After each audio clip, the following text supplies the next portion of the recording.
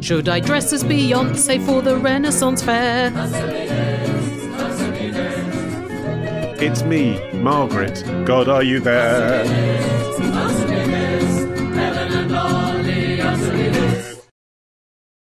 If you found this podcast due to a little video clip about lobsters pissing out of their faces as part of their sexy times, welcome. Unfortunately, we're not going to guarantee that we'll be doing different animals mating rituals in every episode. So I'm so pleased that the biggest video I've ever been on was me recording myself on my laptop balanced under my chin. So flattering. Actually, Helen, on the subject of last episode, I want to thank you personally. I want to thank her. Because no sooner had we discussed MLMs, me not even knowing what one was until we recorded the last episode, that I then actually found myself approached to join one, and I knew what to say to the woman trying to get me to sign up. Oh. Obviously, I didn't say those things because I felt too impolite. I sat there and took it for half an hour and then said, oh, I'm not sure my listeners would like that. We also talked about stock cube variety packs last month. It's the next Biscoff, I tells you. Oh, savoury Biscoff spread. Yum yum stock cube. Actually, come to think of it, what's that stuff you use at Bovril? That is basically the Biscoff spread of stock, isn't it? They were there decades before. Yep. Chris has been in touch. He says, my wife is an executive in the food industry. She says the production of stock cubes in mixed boxes would increase the final product cost because you would have to change the production line. Oh. Unlike Willy Wonka, you have to make one product in one zone. Two zones do not mix. I love the idea of Charlie in the stock cube factory. Play your cards right, kids, and you too can be owner of Bertie Bunter's beef cubes. Children, dip your tubs in all the stock you can drink. Oh no, Augustus Gloop has gone down the chicken river. Anyway, Chris's wife says that it could have cross-contamination, basically, if you had a stock cube production line. Okay, so one zone, one flavour. But then how come any variety packs exist? Because cross-contamination is always going to be a problem, isn't it? I bet that's right. I mean, you could have a nut allergy, and yet Crunchy Nut Cornflakes is in the same packet as the Cocoa Pops, isn't it? I think when you're making a premium product for the stock connoisseur, which is what we were suggesting, I think then cross-contamination isn't really a concern because... You'll risk death for stock. No, honestly, you could assemble the stock at the end of the line. So they could still be made in separate zones, fish over here, beef over here, halal, vegetarian, whatever. But then at the end, for the premium connoisseur product, someone manually puts the things together in a box collection for you. That's not doing any contamination. It's just an extra person's work, isn't it? I couldn't possibly say. Chris, please ask your wife. Thank you. Hello, Helen, Ollie, and Martin the Sound Man. This is Michael. I recently moved from Minnesota to Montana with my family, and you kept me company with your back catalog as we packed our entire house. We were excited to have relocated to Western Montana and even more excited to have a guest bedroom. We'd love to have our friends and family come visit us, but I want to make sure that they feel at home. So, answer me this. What kinds of things should we do to make sure our guests feel like they're at home and like they can have a good visit? Make sure there is ample toilet roll. Yes, so they don't have to ask. They never have to ask, and they never have to go hunting. Twice as much as you think any human could possibly need. You know what's also quite fun is if you put like some entertaining reading matter by the bed or in the bathroom if you have a specific bathroom for them. We've got a little picture book of different bins of the world. That's great. Guest bathroom. Yes, I do like a novelty toilet book as well, actually. The Lubry. I think that's good to furnish, isn't it? What is nice to do when you're receiving guests is to ask beforehand, just say, are there any snacks or beverages or breakfast items that you like to have in? For instance, like Martin and I never use milk, so we only get it for guests. Okay, yeah, I would need milk. But also, if you asked me that question, I'd think, what a generous question, and I wouldn't answer milk because I would assume that was there anyway. That's an essential. In Britain, you assume milk and tea bags, even over toilet paper. Definitely can't assume tea bags outside of Britain. Yeah, no, I know. I've learnt full well. We've got guests coming in a few days, and one of them said, could you have some like little packs of Haribo because they have diabetes, and they're like, if I have a hypo, then those are really useful. Decent coffee would be the deal breaker for me. Mm-hmm. If you've got coffee drinkers staying and you're not a coffee drinker, get some decent coffee in because it will make a substantial difference to whether or not they have a pleasant day. When you say decent coffee, do you mean just not instant? Not instant of any description, not that supposedly posh Nestle barista shit. Actually coffee, like ground coffee. Ground coffee, yeah. I had to get instant coffee and sweetener pellets when my mum came to stay because that is what she likes. That's her preference. She will drink a proper coffee, but that's her preference. Yeah. I always ask them as well if there are any allergies they want us to be aware of, because like if someone has celiac, then you want to make sure there's not wheat crumbs everywhere. I hate to be too hot. Like when the heating is on too high, I can't sleep. Mm-hmm. So that might be a considerate thing to ask your guests about, the temperature comfort. But also, I think, and I haven't really done this, but I think everyone should do it if they can, sleep in your guest room first. Yes. To check if the bed's comfortable. That's Alex Polizzi level tip. Well, I've stayed in a lot of people's places and a lot of like holiday lets and stuff don't even have lamps. Yes. And they don't have bins. Yes. And you know that they're aspiring for that 5-star rating on Airbnb. And yet you're right. No one who owns the property has slept in that bed and thought, oh, you can't reach a light bulb from this bed. Like sometimes you get there and there's one pillow for the 2 people. Have enough pillows. I'd say 2 per person and maybe different textures so that they can... Yes. I'm not saying full hotel pillow menu, but it's nice if you can do it. I feel guilty because we've had like quite a lot of shit pillows in the past to give to people on a shit inflatable bed that I didn't sleep in per my own advice. Yeah. Sorry, Ollie, for all the times you stayed over in our place. I mean, I didn't want to say. I mean, it was a different world, wasn't it? It was a different life. It was a different era. Got a proper bed now. I was in my 20s. I was okay sleeping on a knackered sofa bed that was also actually your sofa and covered in crumbs from our dinner. Hey. I did enjoy it. Didn't bother me. In fact, if anything, as a guest, I was like, I don't want to leave any of my nighttime detritus on their like sheets that they use as their sofa sheets. I was always anxious that I was like, what if you can smell my body odor on here? The other night, I had a little nap in our spare room bed and discovered that there's an annoying light from outside coming in. Even though I don't mind outside light, I was still irritated by this. And I hadn't been at pillow level with the window before. So I was like, okay, you got to make a curtain before the guests come. Write the Wi-Fi on a piece of paper and put it in their bedroom. Yes. Yeah, I strongly agree. You don't want to wake them up at midnight because you're checking an email. Do you know what I mean? Yeah. Also, if you can have like an extension lead with the multiple plug outlets available, maybe even a plug that they can put their charging cable into. I think also offer them a lift, even if they are saying that they're quite prepared to take public transport. I realise that in Montana there's probably not that much public transport anyway, but if you're in a city where there is some, don't just assume because they're saying, oh yeah, we'll get this bus, we'll get this train, that's what they want. Like, often if you're travelling with luggage and family, it's really nice to be offered a lift, isn't it? What I quite like if I am sleeping on the sofa bed in someone's living room is if they treat me as like just a regular part of the furniture.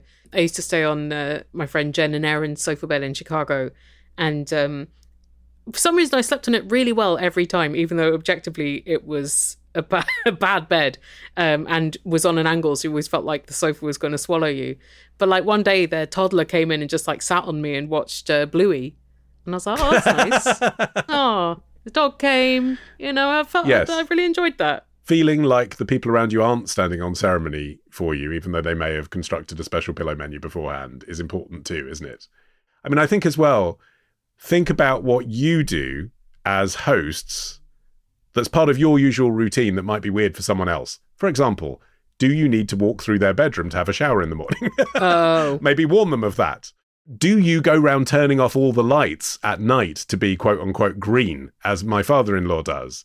Like, laudable effort, but when you're staying in his house, you will die by falling down the stairs because you can see nothing at all. Yeah, a little plug-in nightlight is really useful, I think. And we lived there for 6 months whilst our house was being refurbished about 8 years ago. And during that 6 months, there was this completely unspoken battle of the lights. Because it's like, I sort of knew the layout of the house, but they're all short and they had low-hanging lamps. So it's like, if there isn't a lamp on, I'm going to bang my head as I try and get to the toilet every night. Yeah, that's relatable. So I'm going to leave one lamp on downstairs when I go to bed so I can see when I go for a piss. And also, I wear contact lenses, so I might be sort of at minus 7.5 plus astigmatism blind, right? So I'd leave the lamp on, and then even at 2 a.m., I don't know when he did it, after I went to bed, my father-in-law would get up, he had like a long pole that he goes around turning off all of the plug sockets, like under all the tables and everything, including my phone charger, which I could never raise with him because accepting his free hospitality. So annoying. I'd get up in the middle of the night, bang my head on the lamp, piss all over the floor, and then go downstairs to find my phone was dead. Great guest. Yeah. Nailing it. Okay, here's a question from Eli, who has recorded a voice note for us, which you can too, by the way. Dear Helen and Martin and Ollie, I've taken to flying a lot because I work in one city and live in another. And a thing that comes up fairly often is that airports these days tend to have these massage chairs that you can put in $5 and they'll kind of poke at you awkwardly for 15 minutes. And that's as good a way of killing the time before my flight as any. But what tends to happen is they fill up with these people just sitting there dicking around on their phones, not actually getting the massages. I would like to pay the chair for a massage, please.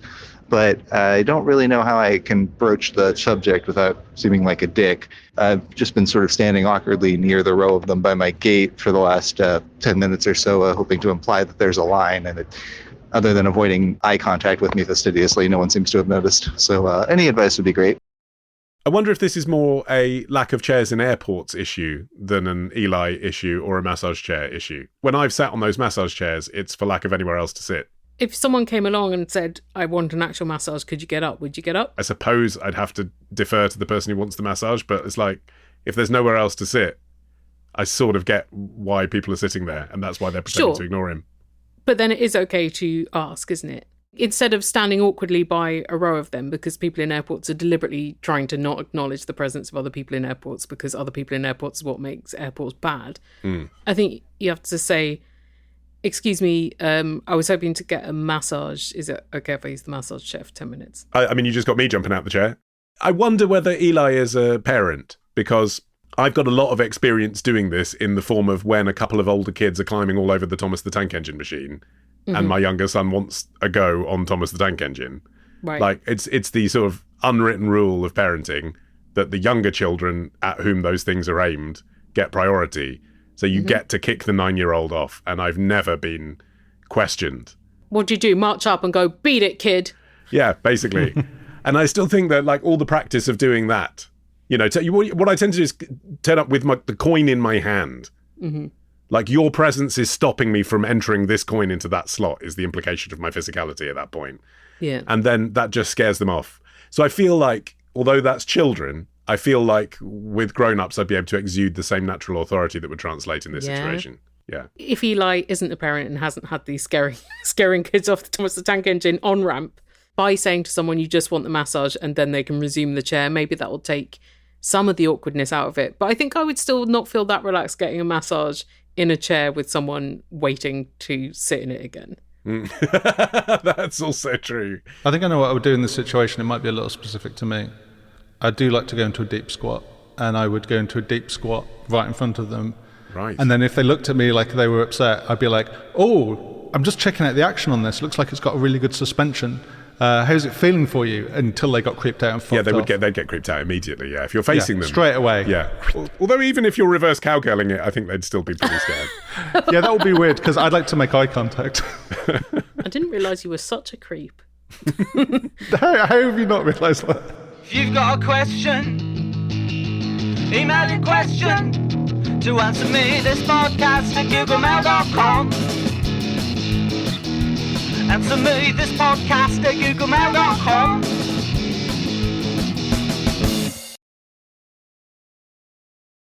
Here's a question from Katie in Texas, who says, I'm hoping you can help with a problem I've struggled with for years. Fingers crossed.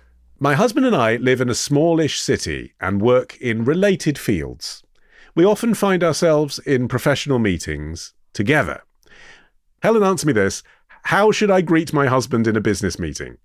When I'm introducing myself and shaking hands with the meeting attendees, I'm always stumped when I get to him, because if I shake his hand, that seems funny to the people at the meeting that know we're a couple. If I give him a more familiar greeting or skip shaking his hand, then that seems weird to the people who don't know we're a couple. We don't share a last name, so there isn't an obvious clue for those folks that we are married. She needs to put the wedding photo on the mantelpiece, doesn't she? Just carry it around with her. Just pop it on her front with her lanyard. Like most other couples, our ordinary greeting is a kiss on the lips, but that seems way out of line for a business meeting. Also, I am a regulator and my husband is in the private sector. I don't want to give the impression that he gets preferential treatment. Interesting. Yeah, genuinely, this is multifaceted and awkward, I think. This actually comes up quite a lot for me and Martin because we do live shows together. So we'll be doing the load in and like the tech rehearsal, and the tech people usually don't know that we're married. Yes. So things can probably seem a bit personal, but I also don't want to be like, we're married, because that is such a cringe thing to say, isn't it? Sure. So do you think they're gossiping behind your back? Like, oh my God, she's such a bitch to him. She was just bossing him around. No, I think they probably don't give a shit. They probably just want to get their jobs done. Yeah, they don't care. But that's different to the scenario that Katie's painting. But I'm just saying I have encountered some of it, because we also have different last names. I was thinking, instead of a handshake, how about like a little pat on the shoulder, like, you know, the front shoulder? Patting a part of their body that is not a sexual part, upper chest, is more familiar than a handshake. You wouldn't do it with most colleagues, but it's not inappropriately intimate for a work setting. I'll tell you, actually, the facet that makes this particularly awkward is the business about some people in the room know and some people don't. That's the thing. Because as you were talking then, I was just spooling through my brain, remembering if I've ever been in a situation like this before. And actually, I haven't with my wife, but I have with my mum. I directed a play at Edinburgh Festival in 2006 in which she was a complete nepo mum and got the part as one of the female leads. She was great, though. Thank you. And I didn't want to undermine her place in the cast by telling the other actors that A, I'd cast my mum, or B, make them feel like they couldn't be honest about me as a director with my mum as an actor. But also I didn't want to hold back that information and be like, oh, this is a secret. So I was just like, I'll treat her like everyone else. I literally just won't mention it. I feel like your mum would blab it within about 4 seconds. She didn't. Oh my God. It helped that the play was a series of interconnected monologues. So most rehearsals until the last week were with them as individuals. They weren't all together in the same room. Were you then thinking, oh, maybe I will get through the whole month of the Edinburgh Festival without anyone realising? I'm not sure I've got relevant experience, but I relate to that anxiety. It only worked because nobody knew. It wouldn't have worked if some people in the room knew and some didn't. I think in that situation, and with your specific mum, and the contrast between your personal presentation and your characters, I would be so excited to learn that. If I was in that cast and I hadn't realised, I'd be beside myself. Where Katie mentions that she's a regulator and her husband is in the private sector, that feels like more of a complication for HR, the industry. I don't know. Well, no, it's just straightforward conflict of interest stuff, isn't it? If it was someone who wasn't your husband, but you knew because you'd worked together on previous projects, you wouldn't be worried about that. It's the specific thing that there could be some kind of, family put-up job. You could still be discussing this afterwards. You could have discussed this at home that morning. Therefore, is it really fair?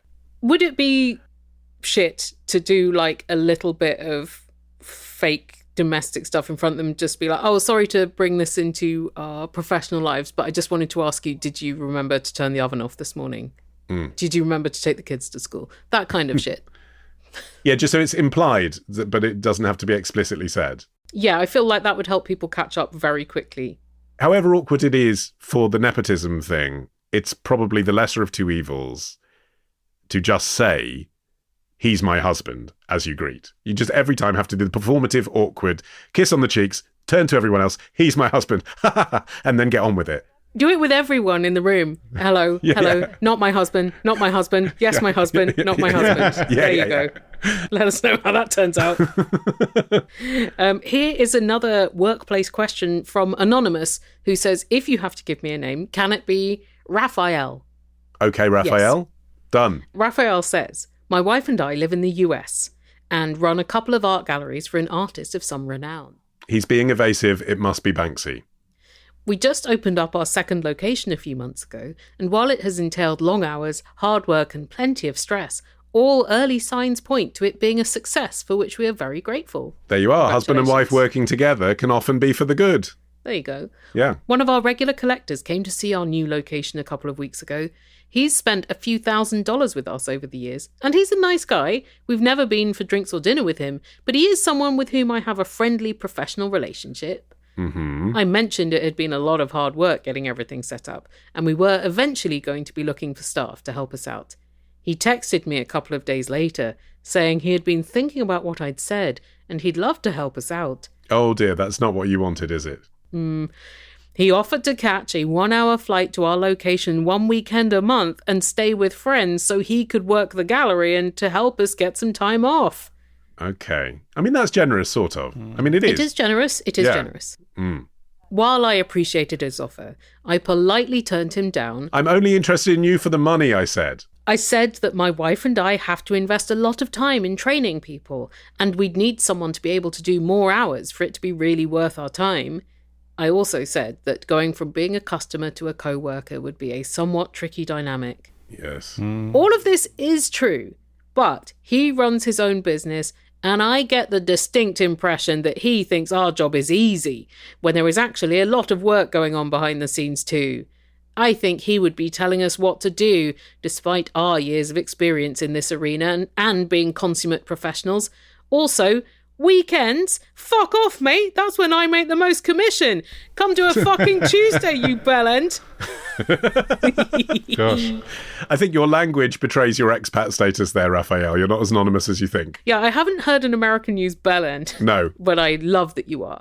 Anyway, Raphael says, he sent me a long email saying that he wasn't going to, quote, let us get away that easily, end quote, kind of forward considering you think you're talking to your potential manager. He said that he was burned out in his current job, not my fault, and he'd even be up for a career switch. A complete switch that involves relocating his young family on retail wages? I don't think so.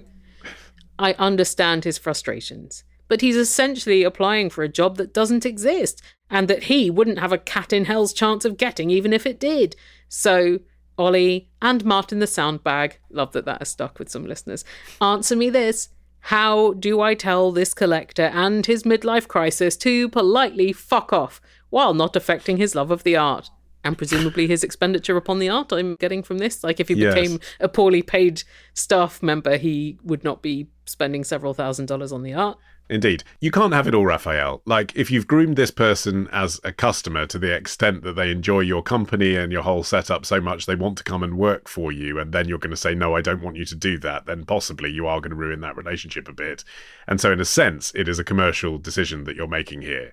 Like, you may have to lose him as a client by broaching the fact a bit more explicitly that you do not want him to help you with this. But, you know, if you think of it in those terms as a commercial decision, then I feel like there is actually an equation you can do here. He is, to be fair, offering you some assistance. He's offering you some assistance for not very much money.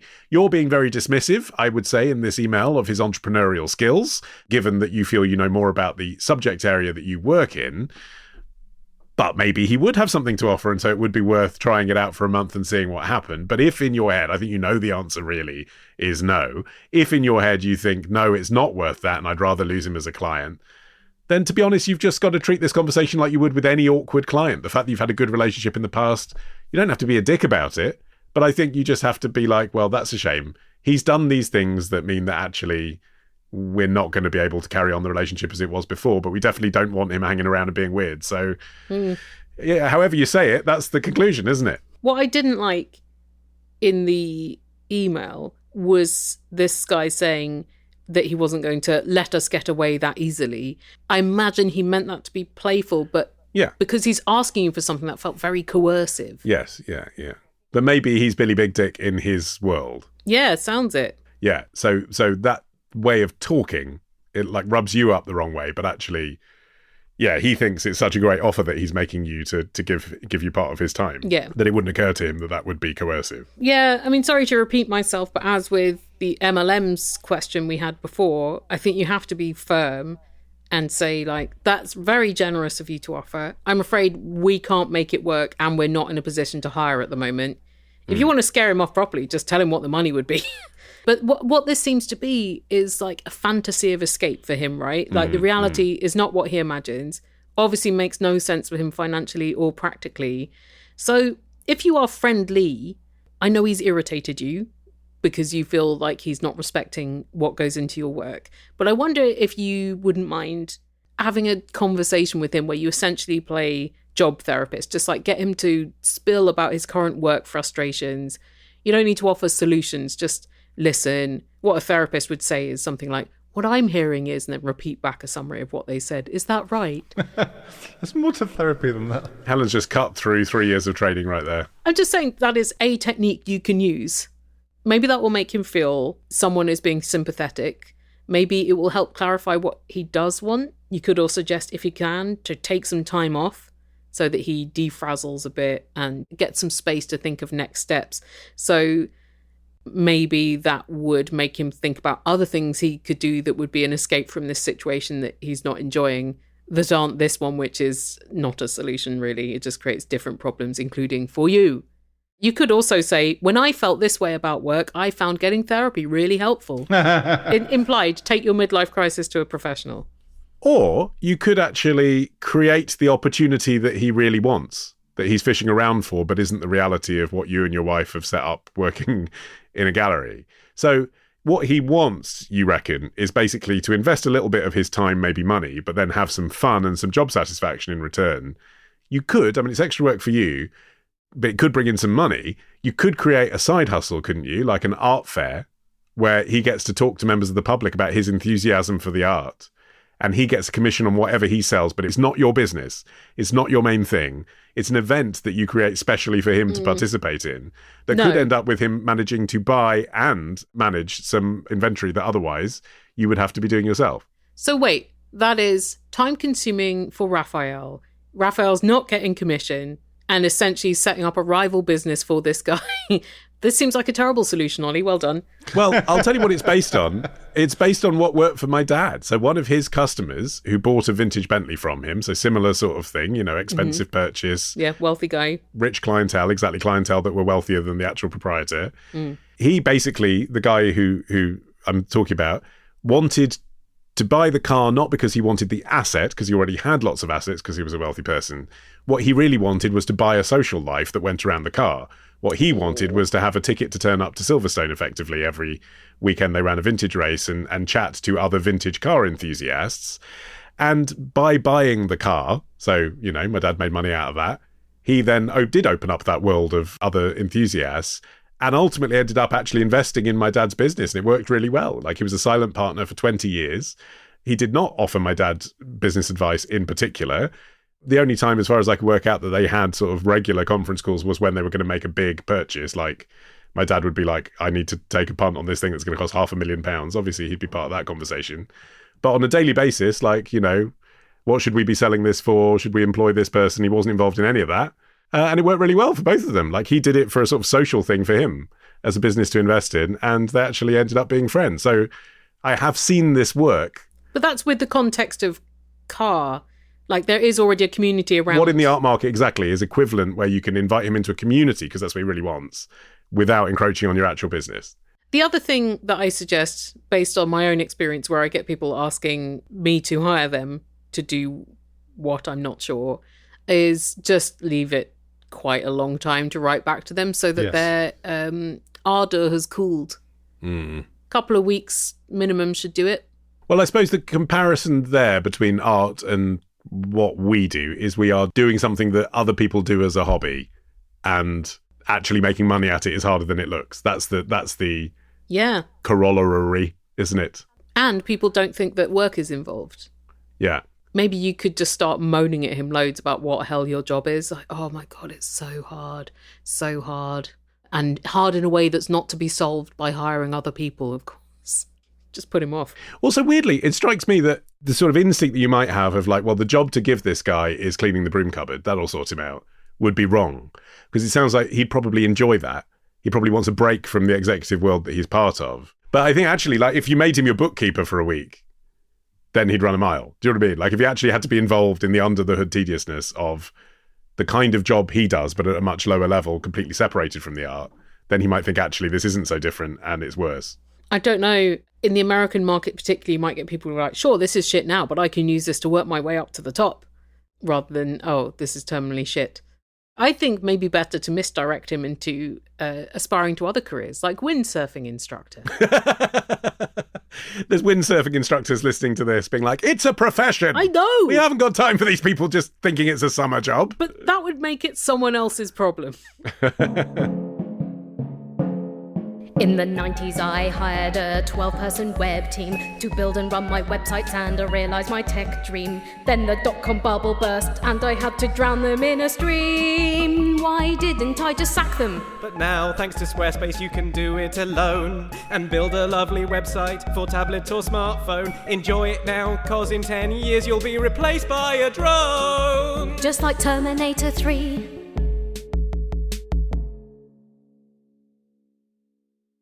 Yeah! Thank you to Squarespace for sponsoring this episode of Answer Me This. Legends upon this earth. They are. It sounds sardonic, but the emotions are true. That's so true. Absolutely, yeah. I'm British, can't make it not sound sardonic. But I've got a Squarespace website myself, ollieman.com. Me too. Theillusionist.org. I've laid out mine with graphic tiles and, replacing one of those tiles, like a real tile in a bathroom. Imagine how difficult that would be. Like, there's grouting involved, you want a professional. Terrible. With Squarespace, changing a tile is so easy. You just double-click the gallery icon, you upload a new image and a URL for it to link to. I use it basically like one of those social media biog landing pages, but it looks so much more professional. It is so easy to use.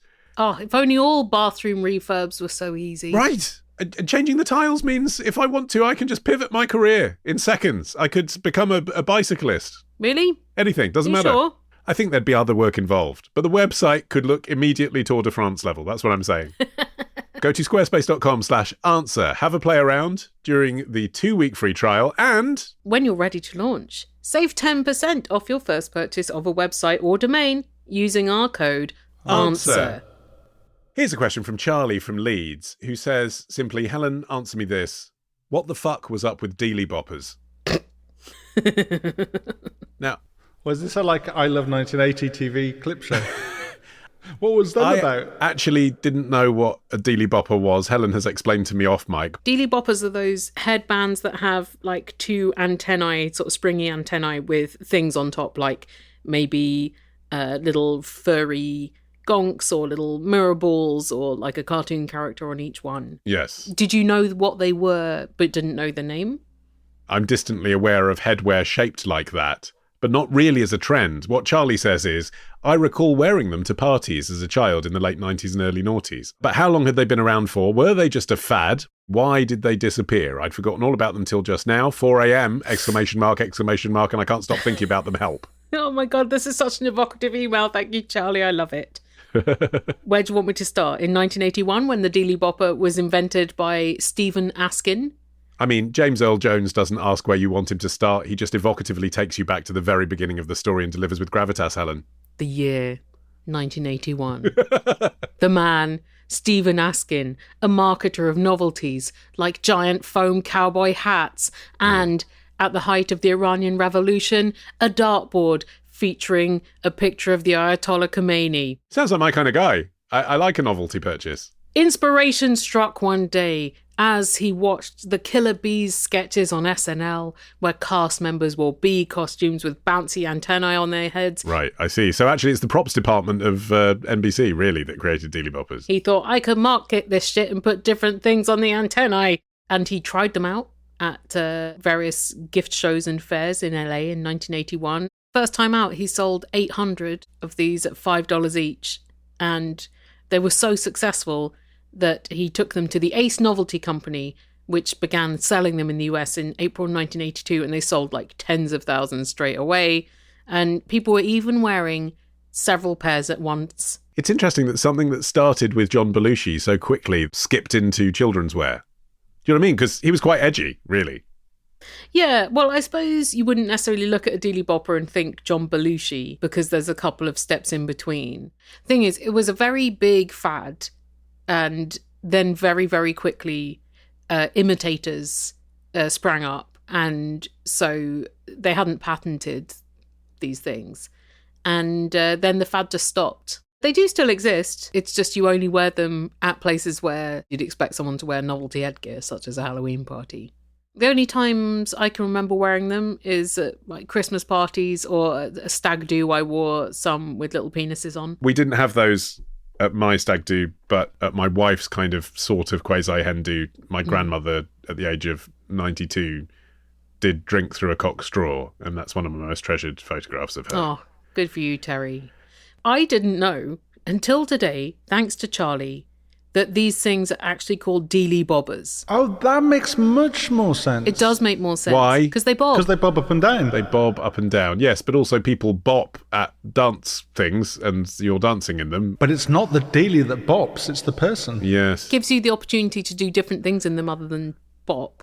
Right, You yeah. could just walk and they'd still bob. The name was originally a patent for some building blocks sold by Parker Brothers, manufactured from 1969 to 1973. So I suppose once Ace Novelties got hold of it, they were like, well, those bricks are long in the rearview mirror. In the UK, they were definitely Deely Boppers already in 1982 because I saw The Sun reporting on this craze under the headline Bonce Bouncers and then talking about them called Bonce Boppers. I thought, are they doing this to launch their own to get around the trademark of the name? Because Ace Novelties had trademarked Deely Bobbers. Forehead flappers. It was on the front page of The Sun. Not front page, it was page 9. With Linda Lusardi wearing a pair. It's just an excuse to run a photo of Linda Lusardi wearing party hat. Here's another question of fancy things you put on your head. It's from Madeline in Ely, Cambridgeshire, who says, Helen, answer me this. When and where were tiaras usually worn? Are they ever worn these days, other than as part of children's dress-up? We're all wearing one right now. That would be... Aren't you, Madeline? I think it would improve the recording by 5% if we were all wearing tiaras. Come to think of it, I don't think I've really seen one in the wild, apart from little girls pretending to be Anna and Elsa. New Year's Eve? Yeah. With the Happy New Year. Yeah. you're going yeah. into. Is that a tiara? I guess it's a type of tiara. It's tiara adjacent. Yeah. Yeah. Pageants, some brides and bridesmaids. According to Tatler, tiaras are only supposed to be worn by brides on their wedding day or by married women. This is because of the tiara's roots in classical antiquity. It was seen as the emblem of the loss of innocence to the crowning of love. I mean, a ring is easier, isn't it? I think peak tiara was white tie events for very rich people in the late 1800s until World War One. Mm-hmm. And then after that, there was a bit of a resurgence in between the wars, but such ostentatious signs of wealth were not seeming quite as tactful by that point. But also women's hairstyles were shorter and cleaner, so tiaras didn't have enough hair dirt to grip onto. And you know, like when you see historical photos of like women from the late 19th, early 20th century, there's an amazing kind of nest of hair and you can plonk a tiara on top of it. Yes, yeah. There's also the fact that those people were getting dressed, weren't they? As in, like, they had a dresser. I mean, that must have made a difference. Like, putting a tiara on yourself so that it's perfectly balanced and perfectly in the centre of your head is probably harder than having your maid do it for you. I think it is pretty hard because also they're really heavy, being made of jewels. And they often had like ribbons to attach them and stuff, but it was still like they could start slipping down onto your face or off the back of your head. They were also very big in 19th century Russia in both senses, like height and popularity, but not going to seem cool once the revolution comes. So 20th century, not such a tiara-ish time, except for like grunge era. Remember like Courtney Love wearing them in the 90s. But that's not the style in which Kate Middleton wears them now. I was thinking about that thing the late Queen used to say, isn't it? Being seen to be believed. I suppose for famous princesses, it helps you to be seen. Like, it draws the attention of the eyes of the public to a big sparkly thing on your head. Like a crown, but not a crown. Yeah. In that context. Well, also, I think the difference between tiaras and crowns, which is very important to make in this day and age, for everyone, right? Sure. You don't have to be a royal to wear a tiara, but you do basically have to be a royal to wear a crown. Yes. They are one of the two women's accessories that I enjoy putting on when I'm at a wedding after party. You know, that kind of like 1 a.m., everyone's like unloosened the top button of their shirt and they can take the cummerbund off type time. If there's a tiara lying around on a bar, I will wear the tiara or I'll wear the fascinator, either. Tiaras evolved from pan-gender glorifying headgear, you know, like metal or bejeweled bands. That's like from the ancient world, right? Conferring status. I was reading an interview recently with Lil Nas X talking about how he loves to wear like flower crowns and tiaras and stuff that he gets from Party City. And he had one that says mum to be on it. But then he had to get some other ones because people just kept being like, are you going to be a mother? And he's like, no, I just like the look of wearing this thing. And he's like, now I have to get other people to buy them for me because I can't just go and browse for like plastic crowns in Party City anymore. Aww. Well, here's another question of shit that the royals wear from Imogen, who says, I've been watching Trooping the Colour. Ollie, answer me this. Why do King Charles's gloves look so grubby compared to everyone else's pristine white ones? I've noticed them on other occasions. It looks like he couldn't find his best ones, so he just grabbed a manky old pair from the washing basket on his way out of the palace. Maybe he stopped to do some gardening. And he was like, oh dear, can't hold people up. Not everything is just about being shiny, you know, otherwise you'd be like, why is he in that shitty barouche carriage? Why isn't he in a Ferrari? I mean, there is a reason for almost everything in royal ceremonies. See, has he got gloves made out of ancestral leather from 400 years ago? Oh, really? I'm sure. Okay. I'm sure that almost certainly. I mean, I have tried to look, by the way, and this detail has not surfaced in an article. Just speculation on Reddit and Mumsnet. Oh, is it a commonly observed thing? It's commonly observed that he had slightly dirty gloves this year. Almost certainly, I would say the reason will be there is historical provenance to them. Because, for example, there are many other articles about other gloves that King Charles has worn. For example, at his coronation, that was quite a big deal, like which Savile Row suit maker got to design his gloves, or is he going to use the gloves that Queen Victoria wore and all this kind of thing. Obviously, coronation's slightly more important than Trooping the Colour, but still, big stately event. Thought will have gone into it. But I do think, possibly, the dirt on the gloves, like the gloves looking a bit below par, that is an accident. Mm-hmm. And I think that does come from the fact that he's the king. So I think they will be old gloves and they will be gloves with provenance and there'll be a reason why he's wearing those gloves, but you're not supposed to notice they're dirty. And I do think that actually is basically due to the fact that Trooping the Colour is all about being ceremonial to him, right? It's his birthday parade. Everyone else has to be perfectly turned out. All the troops get dusted down for it. But actually, like, who's telling the king? Like, I can see a spot on your gloves. No one's having that conversation. They're just dealing with the big stuff. But then I think the Queen would have had someone checking that everything looked perfect. The Queen was always very well turned out. Charles, I know that he's ascended to the job at retirement age, basically, and he's also had cancer. You know, a lot has been going on for him, but his suits are not great. Little rumpled, not sharp like the Queen's garb was. Well, you say that, Helen. He's frequently named, I can't remember if it's GQ or Esquire, but best dressed man of the year, or is in those top 10s. It's fucking propaganda. His suits, they look cheaper than they almost certainly are. What else is he wearing at Trooping the Colour, though? Is it like the ceremonial military wear with all the gold robes? Yeah, and actually in 2024 he was criticised for wearing the wrong ceremonial military wear. Apparently he was wearing the sash of a general officer rather than the appropriate colonel's sash for the regiment. An upgrade or a downgrade that he gave himself? The palace said afterwards, oh, well, he was wearing the sash that is appropriate for the military regime that he wanted to pay tribute to and that means something to him. But I mean, that's not how it's supposed to work. Like, he's supposed to be wearing the sash that's on parade that day. I do think that if you're picking up on the wrong sash that the king is wearing at Trooping the Colour, you're missing the true problems in this whole scenario. Go on, I'll let you outline them briefly. Well, king? The monarchy is corrupt and should not exist. Monarchy? Fancy military shit. I'll leave it there. I think even if you support the monarchy, though, you can say that actually Trooping the Colour, there's a lot of rationale behind everything that you're seeing. What's it for? I truly have never given a shit to find out. It's his birthday, but it's not his birthday. He, like the original king who had the first Trooping the Colour, George III, was born in November. So they were like, let's not have your birthday party then, everyone's going to get wet. Let's do it in June. And since 1760, for that reason, they've been having the king or queen's birthday party in June, regardless of when their actual birthday was. Even though the queen was in late April. Yeah, but by that point, they've been doing it for 200 years in June. And the original purpose was actually, I mean, it's interesting, the original purpose was to teach the soldiers to recognise the different flags. Trooping the Colour means, like, these are all the different regiments, right, that you might see out in the field. And then the kind of parading it before the king thing was obviously another bit of military paraphernalia to show that you're fighting for God and country and stuff. But actually it was just like, England good, France bad.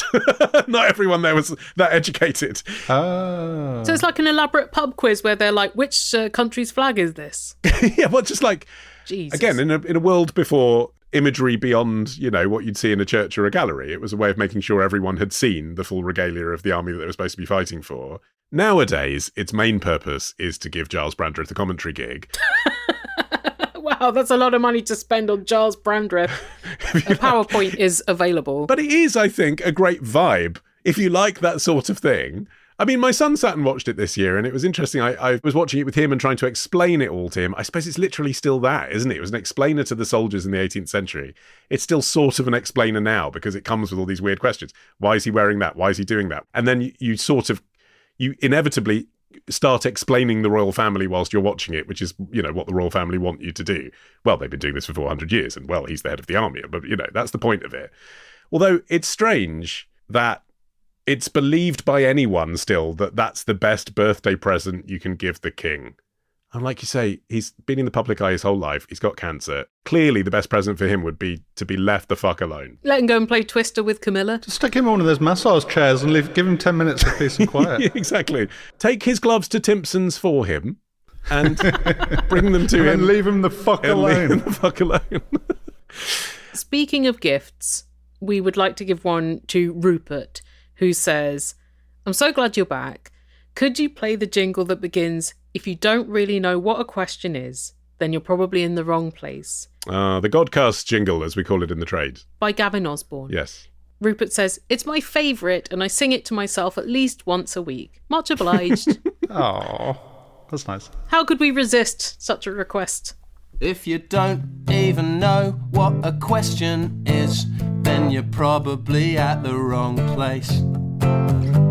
'Cause religion's on Godcasts, dogs are on dogcasts, fish are on rodcasts, but we don't do fish. 'Cause on this podcast, you answer me this. Okay, here's a question from Anonymous who says, Ollie, answer me this. What do private investigators actually do in the UK? If someone hired them to dig into a sprawling story with serious allegations, and they did find something, what happens then? Are they obligated to go to the police? Or, like in the movies, could their findings be quietly swept under the rug by whoever's footing the bill? Well, their evidence can be presented to the police to help get somebody convicted, or indeed to a defence team to get somebody exonerated. But evidence that's been procured by a private investigator in the UK can only be used in a court if it wasn't obtained illegally. Yes, fruit of the poison tree, that's called, when evidence is inadmissible because of how it was got. Right. Although there is that classic thing of, like, if you're actually in a court scenario and the jury are made aware that evidence exists, even if then it's not, like, officially submitted, that's that thing of they can't unhear it. I do wonder sometimes whether there's a bit of a grey area there.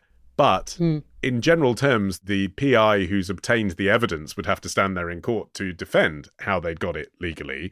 And so therefore, a lot of reputable PIs are never going to, in the first place, do stuff that's illegal because they might have to go to court and stand up and be questioned about its accuracy and how it was obtained and risk a prison sentence themselves if they've done something illegal. Well, also, if they've done something illegal, they can lose their licenses. So in reality, it's often sort of background research and then someone else has to go and duplicate the research or whatever in ways that they can absolutely be sure it's not going to be torn apart in court. Although, of course, there are lots of things you can do legally, like searching record. I mean, being a PI sounds sexy and exciting, and you all think about the 1930s kind of version of it through the films, but it's often just like knowing how to use Facebook URLs so that you can check, whether people's friends of friends have said this or that, and it's all on the public record if you know where to look, but it's just doing the training so that you know how to do that kind of investigation. And that's why a lot of them are ex-coppers. They know exactly where the line is and they know what the techniques are. Well, also, they do have access to some information that other people don't. Like, PIs are allowed to run number plates and things. They can't look into people's financial records, but I think a lot of jobs that PIs do is financial work, like checking on insurance fraud type stuff, chasing up tax payments, doing bailiff work, and then finding people. Yeah, and how they go about collecting that information might be dressing up as a homeless person and camping in a doorway to fool everybody in the building to see who lets you in. Or it might be dressing up as a businessman to get just close enough to the target that you can rip the contents of their phone. But that's 10 seconds of the day. The rest of the day is sitting in that doorway all day on the cold hard floor waiting for a thing to happen. It's actually just really boring. And the gig is just like being the guy or the lady who will drive hundreds of miles to track somebody, or who will sit outside a hotel for a week And in that sense, it's a bit like being an investigative journalist. It's a bit like being a police officer. There's a lot of waiting around. As one of the foremost experts on the TV show Veronica Mars, that's about daughter-daddy private investigators. And some of the work as depicted in that is obviously very unrealistic. Like, they break the law so many times per episode. They use bugs and things, which is not legal. But a lot of the time it is just like sitting outside a place for hours during the night waiting to see someone to come in or out and getting a picture of them doing that. Because they're also not allowed, I think, to take pictures through windows and doors. Like if you're trying to prove an infidelity or something. Yeah, I was reading an interview with a French private investigator in The Guardian who was saying that she's obsessed with all of the gadgets that you can get, like the stuff I used to look at in the spy store near Selfridges when I was a kid, the pen recorders and the button cameras. We live pretty near a spy store now. Do you? Yeah, it's just got a sign that says in huge letters, the spy store. Wow. So it's not trying to be subtle. Not that subtle, yeah. No. But she was saying that as a result of using that stuff, I'm sure in entirely legal settings, she is now paranoid. So she was saying when she travels, she sweeps her hotel room or Airbnbs for surveillance devices left by voyeurs because there are more of them than you think there are. I have heard that. Geesh. You hear about the odd person getting arrested for it. Not to the extent that I'd think I'm going to have a quick sweep around. What would I do if I found something? Like, ugh. But the important thing is to have a specialism. Bitcoin transactions or forensic genealogy, or there was even, I read, an expert on animal nose prints. If you've got your thing, then you're more likely to be able to get the work because lots of people set themselves up as a private investigator. It is an unregulated industry. You've also got to have some discretion about who's hiring you and why. I think a lot of them end up doing corporate stuff because the paper trail is a bit more kosher, right? There's NDAs and there's lawyers and they can say, well, this is clearly what I was briefed to do and it was all for a company, not an individual. There's also going to be more of that kind of work, I think, than individuals. You also now in the UK could be at threat of the National Security Act, which came into force a year ago. Oh, yeah. Which means you can now face 14 years in jail if you're working inadvertently even for a hostile state, like China or Russia or Iran. Because what was happening was Iran, there have been examples of paying PIs to stalk dissidents or journalists. So Iranians that now live in the UK who publish nasty things on their blogs about their country, and they're asking PIs to tell them where they live so that they can then use that information, probably just to intimidate them or blackmail them, but obviously potentially murder them. And PIs were being employed to do that work and just saying they didn't understand who it was for. They were just given a job. Not my fault, mate.